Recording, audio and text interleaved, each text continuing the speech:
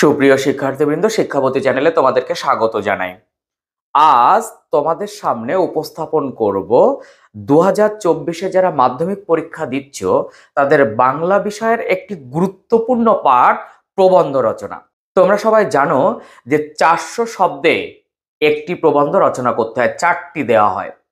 সেখানে কিন্তু আমরা বিগত বছরগুলো ঘেটে দেখেছি, তোমরা অলরেডি জেনে গেছো টেস্ট পরীক্ষা দিয়ে যে কেমন অভিজ্ঞতা হলো। সেখানে বিজ্ঞান থেকে একটি রচনা প্রতি বছরই প্রায় দেওয়া হয়, একটি ছাত্র সমাজ থেকে দেওয়া হয়, একটি পরিবেশ এই সমস্ত পাঠ থেকে দেওয়া হয়, আর একটি অন্যান্য পাঠ থেকে দেওয়া হয়। আমি তোমাদের হাতে গুনে কয়েকটা রচনা বলবো, এগুলো একটু করে যাও। তার মধ্যে 3টি রচনা ভীষণ ইম্পর্টেন্ট, সেগুলো কিন্তু ছাড়বে না। 2024-এ ওই 3টি থেকে একটি আসার চান্স 100%। তাই এই রচনা লিস্টটা দেখার পর কোনগুলো তোমার এখনো রেডি হয়নি, এই কয়েকদিনে একটু রেডি করে নেওয়ার চেষ্টা করো। সেই সঙ্গে বলে রাখি, যারা নতুন তারা অবশ্যই চ্যানেলটি সাবস্ক্রাইব করে পাশে থাকা বেল আইকনটি প্রেস করে রাখো। এইরকম নতুন নতুন ভিডিও পেতে সুবিধা হবে, কারণ সাজেশন প্রোভাইড করা হচ্ছে এখন। আমি তোমাদের বলবো, রচনা লেখার সময় লক্ষ্য রাখবে 400 শব্দ কম বেশি সেখানে কিন্তু মুখস্থ করতে যাবে না, বিষয়টা জানবে, পয়েন্টের ওপরে লিখবে, পয়েন্টগুলো মুখস্থ করে নেবে।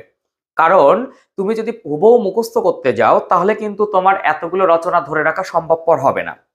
তাই আমি বলবো, প্রথমে রচনার দুবার পড়ো, পড়ে নেওয়ার পর পয়েন্টগুলো কি আছে সেগুলো মুখস্থ করে নাও। কোনগুলো কোটেশন লাইন আছে বা কবিতার লাইন দিয়ে স্টার্ট করেছো, কোথায় কোথায়, সেইগুলো একটু মুখস্থ করে নাও। আর বিষয়গুলো এক একটা পয়েন্টের উপর জেনে নাও, তার উপরে তুমি ডেসক্রাইব করো, দেখো সুন্দর হয়ে যাবে। যেমন ভাবে তুমি বহুরূপীর উত্তর করবে, যেমন ভাবে তুমি পথের দাবির উত্তর করবে, ঠিক তেমনি ভাবে মনে করো প্রবন্ধ রচনা, আলাদা কিছু ভেবো না, তাহলে কিন্তু চাপ হয়ে যাবে। আর একটা কথা বলি, এখন কিন্তু প্রবন্ধ একটু ভালো লিখতে পারলে 10-এ 10 পাওয়া যায়। কাজেই এই 10 নম্বর কিন্তু কোনো রকম হাতছাড়া করা যাবে না। আর এখানে কমন কিন্তু একটু প্রয়োজন হয়, তাই সাজেশনটা করে দিচ্ছি সুন্দর করে, যাতে তুমি এই 2024 মাধ্যমিকে কোনো রকম এই জায়গায় সমস্যায় সম্মুখীন না হও। কোন রচনাগুলো রাখছি একটু জেনে রাখো। আমি প্রথমেই এবছরের জন্য রাখবো পরিবেশ দূষণতার প্রতিকার। এই রচনাটি এবছরে আমার মনে হয়েছে সব থেকে বেশি ইম্পর্টেন্ট। বিজ্ঞান থেকে আমি একটি রচনা রাখছি, সেটি হচ্ছে দৈনন্দিন জীবনে বিজ্ঞান বা আধুনিক জীবনে বিজ্ঞান, কিংবা বিজ্ঞানের জয়যাত্রা।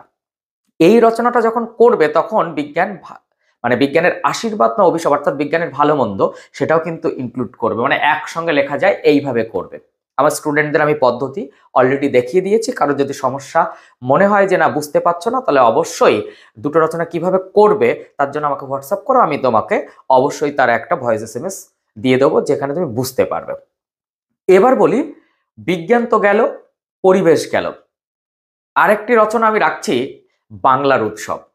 এই রচনাটা কিন্তু টেস্টে বেশিরভাগ স্টুডেন্টরা পেয়েছো, কাজেই বাংলার উৎসব ছাড়বে না, ভীষণ ভীষণ করে করে নেবে বাংলার উৎসব। এই 3টি রচনা প্রথমেই বললাম যেগুলো একদম ছাড়বে না। কি কি?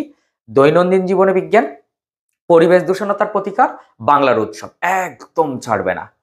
এর পরে আরো কয়েকটা রচনা আমি বলছি, সেগুলো একটু লিখে নাও। যারা লোড নিতে পারবে তারাই করবে, যারা লোড নিতে পারবে না তাদের খুব বেশি করার দরকার নেই।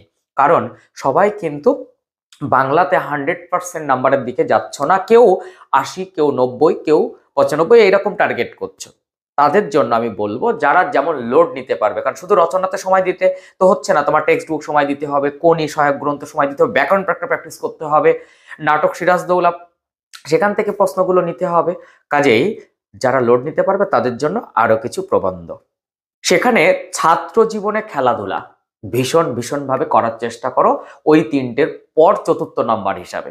তারপরে বিশ্ব উষ্ণায়ন, এরপর করবে, এটি আমার মনে হয়েছে কোথাও না কোথাও ওই 11.4-এ 4টি রচনা থাকবে, শেষের রচনাটি যেমন আগেরবার একটা আত্মকথা দিয়েছে, এবার এখানে মনে হচ্ছে একটি ভ্রমণের অভিজ্ঞতা কিংবা তোমার জীবনের লক্ষ্য, এই দুটো থেকে একটা দেওয়ার খুব খুব মনে হয় চান্সেস রয়েছে।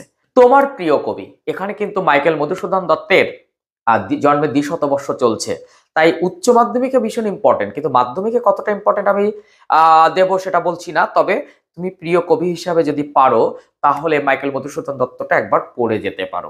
এটা আমার মনে হয়েছে যে তুমি একটুখানি পড়ে রাখতে পারো। আবশ্যিক নয় যে করতেই হবে এরকম নয়, কারণ ওখান থেকে তুমি কম পেয়ে যাচ্ছ, তবু আমি বলবো অপশন হিসাবে যদি পারো করো। তো এই হচ্ছে আমার প্রবন্ধের লিস্ট।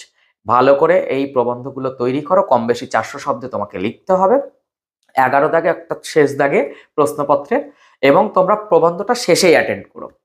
কারণ কখনো কখনো সময় যদি একটু কম হয়ে যায়, একটি পয়েন্ট কমিয়ে দিয়ে যদি তুমি ভূমিকা এবং উপসংহার পর্যন্ত এন্ড করতে হবে সেটা করো, তাহলে তোমার কিন্তু রচনায় ভালো নাম্বার আসবে।